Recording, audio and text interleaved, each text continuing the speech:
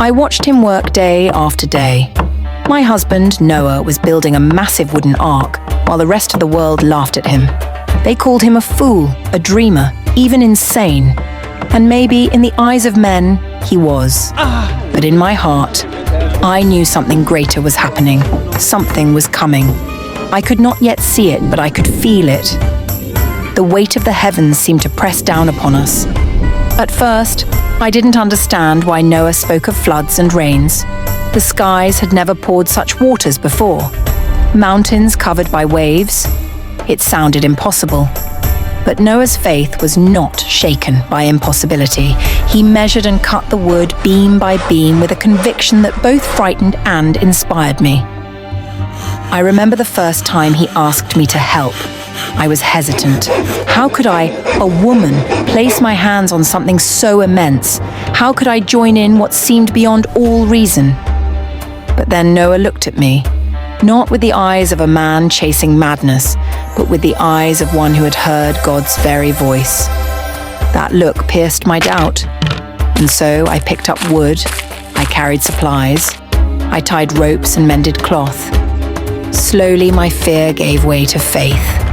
And then the animals began to come. Not just from the valleys we knew, but from the edges of the earth. Pairs of lions, regal and powerful. Elephants, their heavy steps shaking the ground. Tiny hummingbirds, fragile and shimmering. Creatures of every kind, as though the earth itself was answering God's command. I fed them. I soothed them when they panicked. I sang to them at night so the children could sleep. At first, the children thought it was a game. They laughed at the sight of monkeys climbing the beams, and they marveled at the bright feathers of the parrots. But soon their laughter grew quiet. The skies began to darken. The air grew heavy. My older children came to me with questions. Mother, why are we building this boat so large? Why does everyone laugh at us? Why do they call us foolish? I whispered back, because God has a plan. Yet even as I spoke, my voice trembled, for sometimes I did not fully understand either. Still, I had to be strong, for them, for Noah, for the calling placed upon us.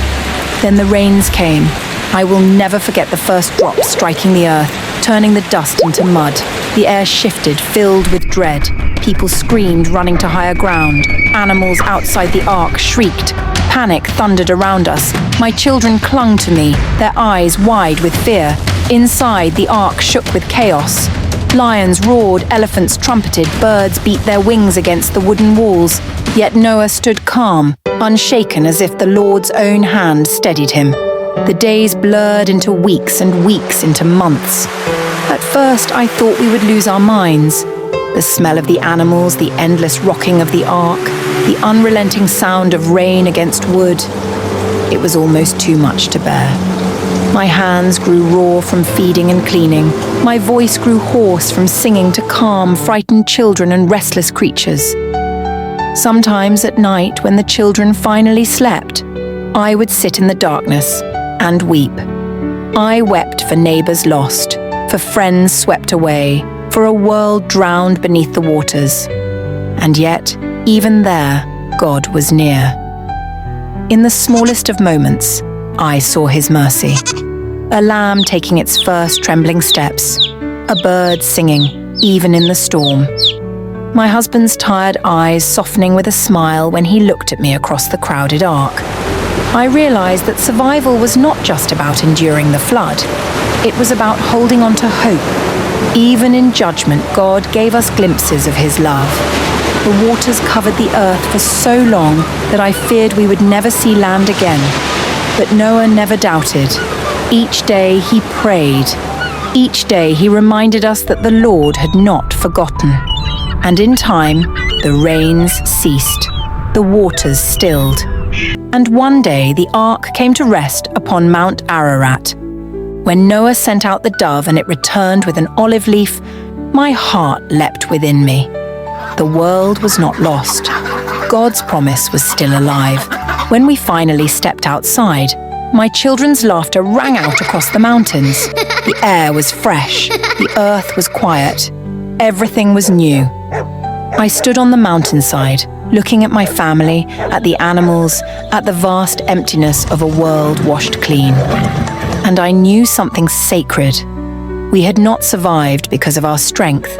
We had not endured because of our wisdom. We were alive because God had chosen to save us. I am Noah's wife.